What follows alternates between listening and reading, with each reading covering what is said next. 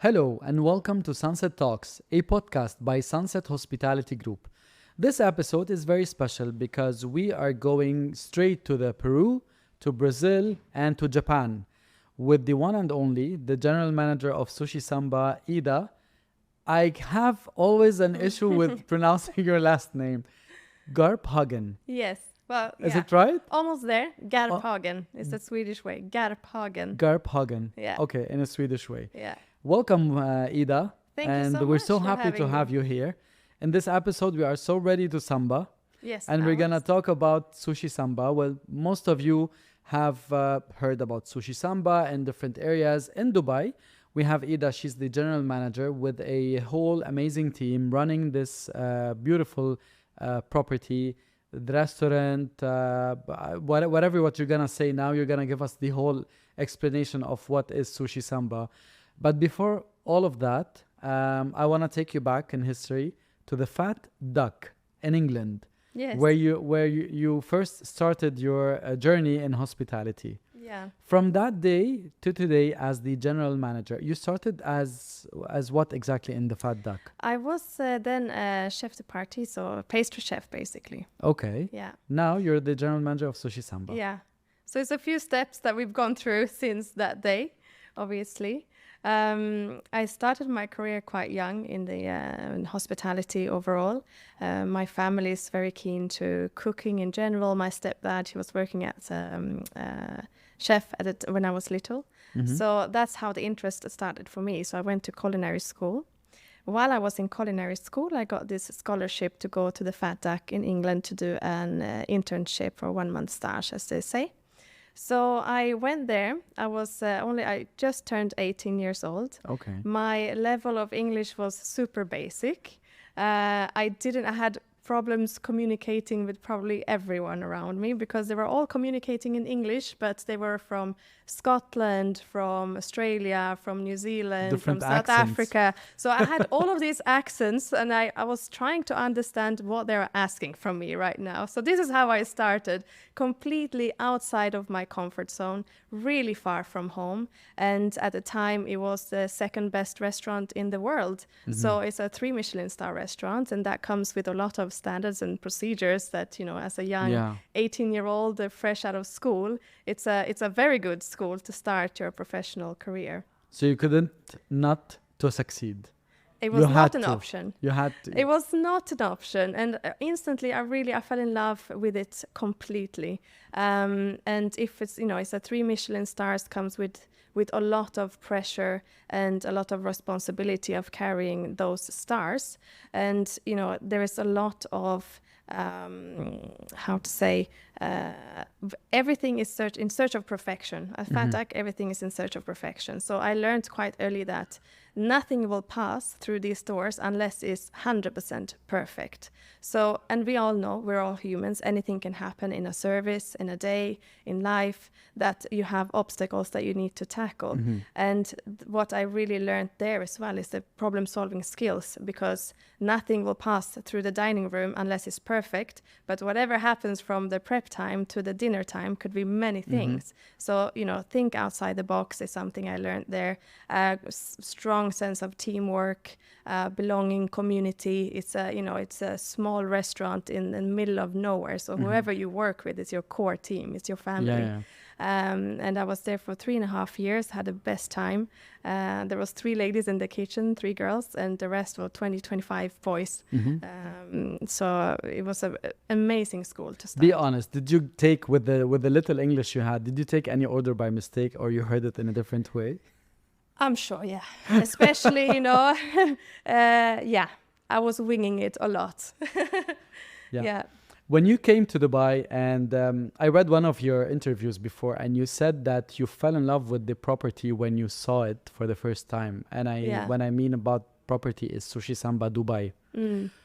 What did you see in Sushi Samba when it was still a under construction site? Yeah, so obviously when I entered Sushi Samba, I was still in my interviewing process. So it was a part of, I think, of my second interview, I entered the site.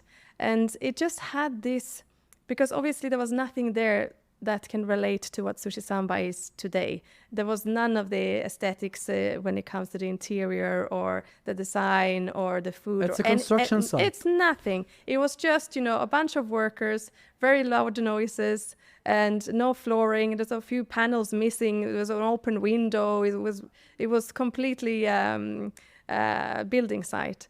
But I just felt the energy was in the walls, and that's the only way I can really explain it. I walked in and I was completely just wowed by what I was brought into. Not only, it's a 360 view overlooking Palm Jumeirah and the skyline, the whole of Dubai. You'll see in one seating, but all of the fancy stuff was not there, but it was just such good energy in this room. And it's a massive site. It's 1,000 square meters. So it really took me away, like, okay, this is going to be a very big project. And to build it from scratch, from the actual flooring, it was not there to what it is today. And really there's a lot of details at SUSHISAMBA, and the ceiling and on the walls and on the floor. So, Yes. It's a combination of Brazilian, Peruvian, Japanese cuisine vibe, but yet it's in Dubai. Yeah. How can you manage to have this DNA but cater to the people of Dubai? At the end of the day, Dubai has a lot of nationalities from different cultures, and here you have the three mixes. How do you manage to keep this DNA living?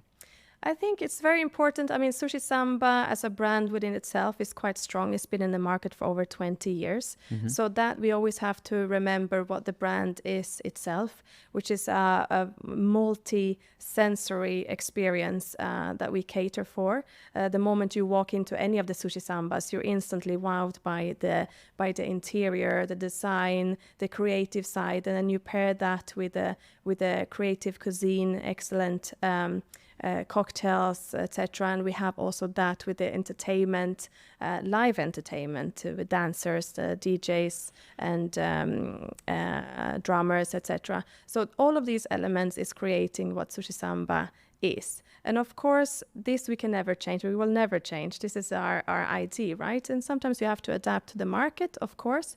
And now we are in Dubai, as you say. So what we've done here is more to elevate what was previous SUSHISAMBA, which is an amazing brand. So we just have to adapt a little bit when it comes to the menu items and what we're offering in terms of entertainment, etc. But it's just small tweaks, and that's all. And it's been so well absorbed by the market here in Dubai, as we know. So tell me, what did you feel when you saw the ruler of Dubai, Sheikh Mohammed, visiting SUSHISAMBA for lunch? Yes. How did you get this?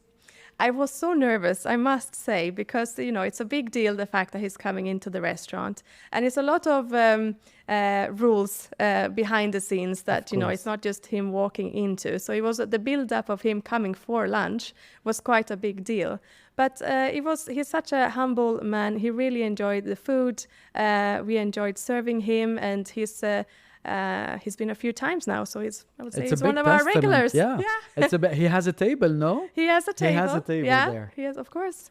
Amazing. In a competitive market such as Dubai, we know the competition is huge. How do you keep SUSHISAMBA ahead of the competitions? I've been there. I love the vibe. I love the food. I love everything about that. But you have competitors, and you have people visiting all these venues, visiting SUSHISAMBA and others. How do you keep SUSHISAMBA ahead of the competition? I think it's a very interesting question, because it's not easy to be ahead. And what do you need to be ahead? You need to understand, you need to be aware of the market, what it is current, first of all. And you need to be very aware of and listen to what people want and what they need. So we like to keep a very close relationship to our customers. We are fully dedicated to our feedbacks, etc. So only that way we can only understand that what they want. And I think the main thing is to, trends, they come and go. What's a short trend? What's a long-term trend? And what should we really invest in? Some things are coming and going in and out. And I think, we are willing to try new things, but also we don't want to confuse. So what we tend to do is always to become better than the day before, and that's how you always stay relevant and never just settle for the last service and okay, now we're doing it and this is the way we're gonna do it. We always need to find ways to improve our product and deliver it better, and I think the trends, they will always follow after that. Do you have like clients who share their comments about something and that you might think, oh, that would be a nice idea to do it, and then you execute it? Of course. It happens. Yeah, it happens. Okay. And any feedback that we receive, and daily feedback, we go through them every single day from the day before, and we will think about, okay, does this have anything that we can learn from? And that's very important. There's something that I realize with everyone that is under Sunset Hospitality Group when it comes to the venues. Everyone is so friendly. Everyone is smiling. Everyone asks, do you need anything? So even when I go with my friends to one of our venues, this is the main comment that I receive, like at this place or that place or that place, they all feel welcomed, taken care of, and the team listens to the guests, and I'm sure this is what it happens in SUSHISAMBA. What about the sustainability? I know that you have a certain machine to reduce the. I'll let you talk about it because you're the expert with this machine. Well, yeah, I can't say I'm an expert at the machine, but for sure very proud that we have the it. initiative. Yeah. It's so basically it's a machine. It's called an Orca machine. It's a food digester, which is not the fanciest topic to talk about, but it's but it helps the environment. It's important, of course. So what it does is basically we take our daily food waste, and this machine will break it down to for us. So and just dilute. So this is how we can also help with the reduction of landfill. 100%. Managing. You have a team of 150, now even more. Yeah, the front of house team is 150s, but for the whole SUSHISAMBA staff crew is 240. 240 under your management. How do you manage that? Yeah. You're the GM, yes, okay. But I need to know, how do you manage 240 people with all the issues? From food to guest satisfaction to leaking happening somewhere. So yeah, I think with any new project, that the first year is going to be really tough because you don't necessarily have all the structure in place yet. So for the second year, now we've been open for 2.5 years. For the second year, we focus on more the structure. And this is the only way you can manage that large amount of staff. And of course, we have a large management team, and we have to just, segregate who is doing what in order to make sure that all areas are well looked after. Yeah. Well, okay. We have in Sunset Hospitality Group, we are so proud of the diversity that we have. And by Jan or Feb 2024, we had around 85 nationalities. I'm sure the team of SUSHISAMBA is from all over the world. And how do you approach that, and how do you use diversity and to promote a very friendly culture among your employees, among the team? How is it to work for SUSHISAMBA? I think, first of all, it's a great place to work. We are big believers in diversity, and just look at the brand. It's multicultural itself. I'm not sure how many nationalities we have now in SUSHISAMBA, but for sure there's a lot. I think that no organization will benefit from having a team with only one style of player. You need to have all the elements in order to give a great experience all around. So this is the main thing for us. And as well, we are proud to say that we don't discriminate. We hire based on your qualities and what you can do. We are giving equal opportunities, absolutely. We invest in our trainings. There's always a next step planned for the employees of SUSHISAMBA. So if today they're in certain position, they will always know what is the next step and what is required for them to reach there. So like that, we will always be able to also facilitate the talent that we have in-house. And this is how we can keep them happy as well. And it's very important. It's a win-win. Yeah. In a previous session on Women Empowerment Day, we had a long discussion and we had a really nice event. And we spoke about that part of growing is to challenge yourself. And you also mentioned that in a previous interview.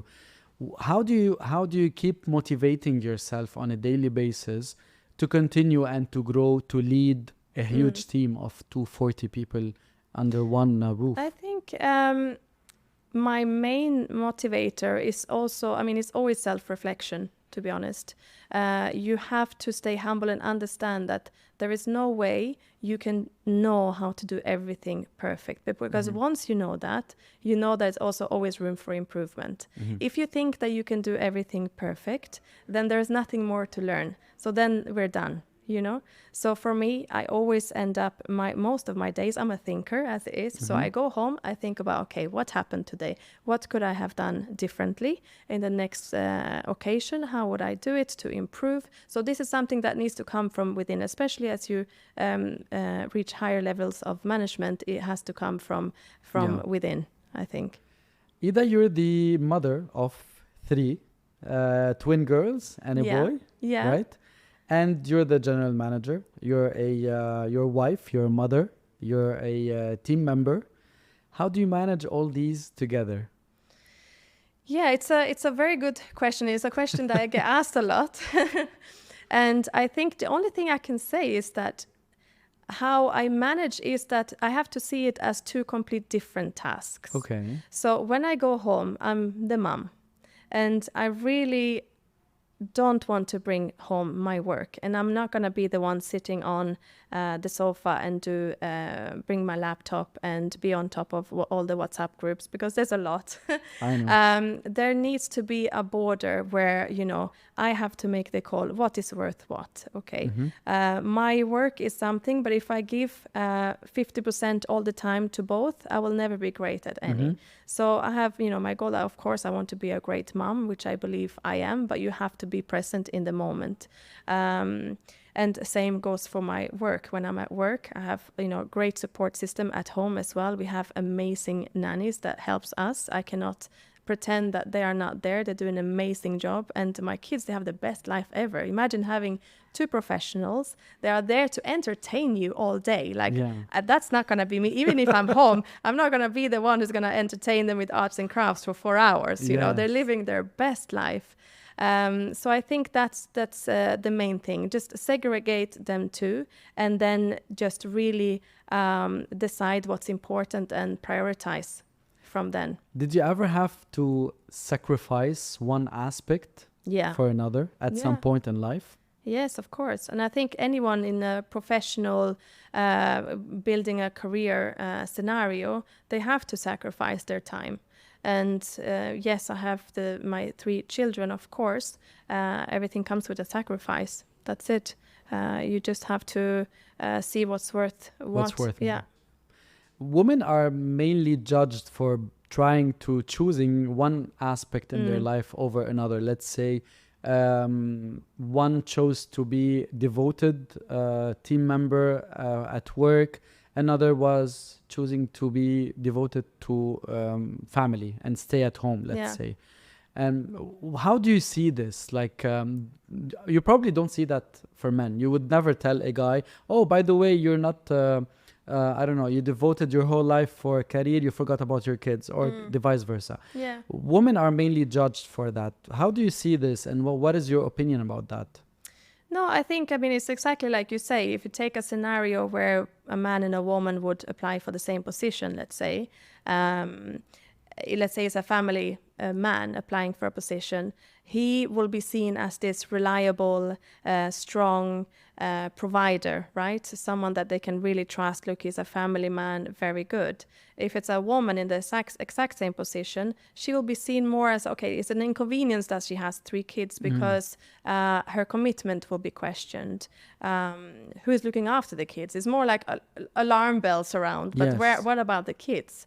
But of course, I'm very lucky, and if I'm from Sweden myself, as I mentioned. In Sweden, we believe in equality, and we do 50-50. So, and as well, my husband is on the same note there. You know, we share whatever is related to the house and to the children. That way, it will be fair for both, and we both enjoy what we are doing. So I think it should not be only put on one side, because we're both super capable of doing the job. When you applied for Sunset for this role, I'm sure, because we know the culture here at Sunset, they support everyone, and I'm 100% sure they never mentioned or thought about this, the fact that you have 3 kids and maybe she's gonna you actually got promoted to general manager recently, like a few months back, right? Actually, I was promoted to brand manager. Okay.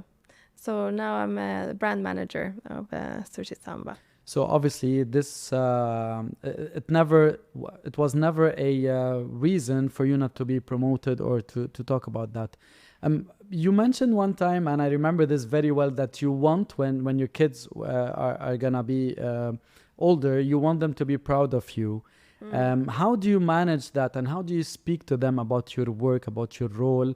Why you are not present at home, let's say, or why on specific dates you are not in school? How does it work with your kids? I think, for kids, they need to understand the bigger picture of things. I'm trying to educate them in a way that, they just don't see me leave the door in the morning. But where do I go and why do I go? It's living life. It costs money, and you need to work to get money, and you need to be happy in a work environment. So we talk a lot about that at home, why mommy goes to work and why daddy goes to work. We have, conversations about how much things cost. What does it mean to go to the supermarket and buy? Can you get this? Yeah, but how much did it cost? Do you have this sort of money? What do you need to do to get this money? So they need to be aware of life in general, Yes. Nothing is gonna just grow from the tree and they're gonna, have everything one day. So they need to have the understanding that they have to work to get what they want. And I think they are fully aware of that. They say, mommy goes to work, later you call me, tomorrow morning I see you, so they know. They understand the type of work that you have. They understand the concept. What kind of advice you would give to aspiring women like you who want to prove themselves in the market and at work, while also keeping a balanced life at home? It's, I think, to be able to prove yourself, you need to be comfortable in where you are and who you are. There'll be always many inputs of people telling you what you should be. I think that's the first step, that you just need to establish, who am I, what is my style, and stick to that, and just fully go with that. So just stay true to yourself. That's it. You don't need to prove to anyone that you are capable of doing it. You're just doing it, and that's it. Okay. SUSHISAMBA is in Dubai and soon is going to Abu Dhabi and also going to Singapore. Yes. How excited are you for that? Very excited. Do you have a role in the preparations before the opening? Yes. So now we are just preparing for the Singapore opening, which will be in June, July. Okay. And then after that, we will head straight into the Abu Dhabi opening, which will be later this year. So it's very much busy in preparation of the openings, but we are so excited. And do you think the challenges there will be different than the ones in Dubai? Yes, I'm sure there will be. I mean, you're entering a new market, especially in Singapore. So you need to, again, talking about adapting the brand or the offering or what we are doing slightly. It needs to be tweaked. But as long as the main ID is remained, then I'm sure it will be a success. And for the brand itself, is it going to be, like, to know more about the upcoming openings, is it going to be like the same DNA that we have that we see in Dubai in terms of colors, in terms of design, the food? Of course, the food's going to be the same, the shows. Yes, it will be pretty much, I can't say copy-paste, but pretty close to it. When it comes to the interior, it's similarities. Of course, we have the bamboo is all over, and same with the entertainment, the samba dancers. The same sort of setup will be expected. Yeah. There's one last question that I realize always. You are very calm and totally the opposite of the shows at Oh, Sushi Sushi Samba. Samba. But you're always like very calm, and your voice is not loud. You're always very gentle. Totally the opposite. Yeah. How do you think it's working like that? But I think what it is, because the environment is, I'm not gonna call it crazy, but it's full on. It's full of energy. It's intense. It's intense. Yes, it's energetic. Yeah. I think you have to have some sort of peace. At least on the surface, I'm like a duck, right? I'm just sitting there. Everyone thinks it's cool, but underneath, my legs are going. They are complete. But nobody can see that. But anyway, to work there, you have to be a little bit crazy. I think we all are. We are enjoying this environment. At some point, yeah. Well, Sushi Samba never fails to amaze us and the guests of the venue. Thank you so much for being with us, Ida, today. Thank you for having we had me. so much fun discussing all the behind the scenes of Sushi Samba, and looking forward for the new openings in the coming future. Anything you would like to add before we sum up this episode? No. Just happy to be a part of Sunset and this journey with you. Thank you so much for having me here today. Thank you. With this, we sum up our episode for today. It was with Ida. She is the brand manager of Sushi Samba. Make sure you subscribe to this podcast on YouTube and follow us on Instagram. And always join us as we bring people together.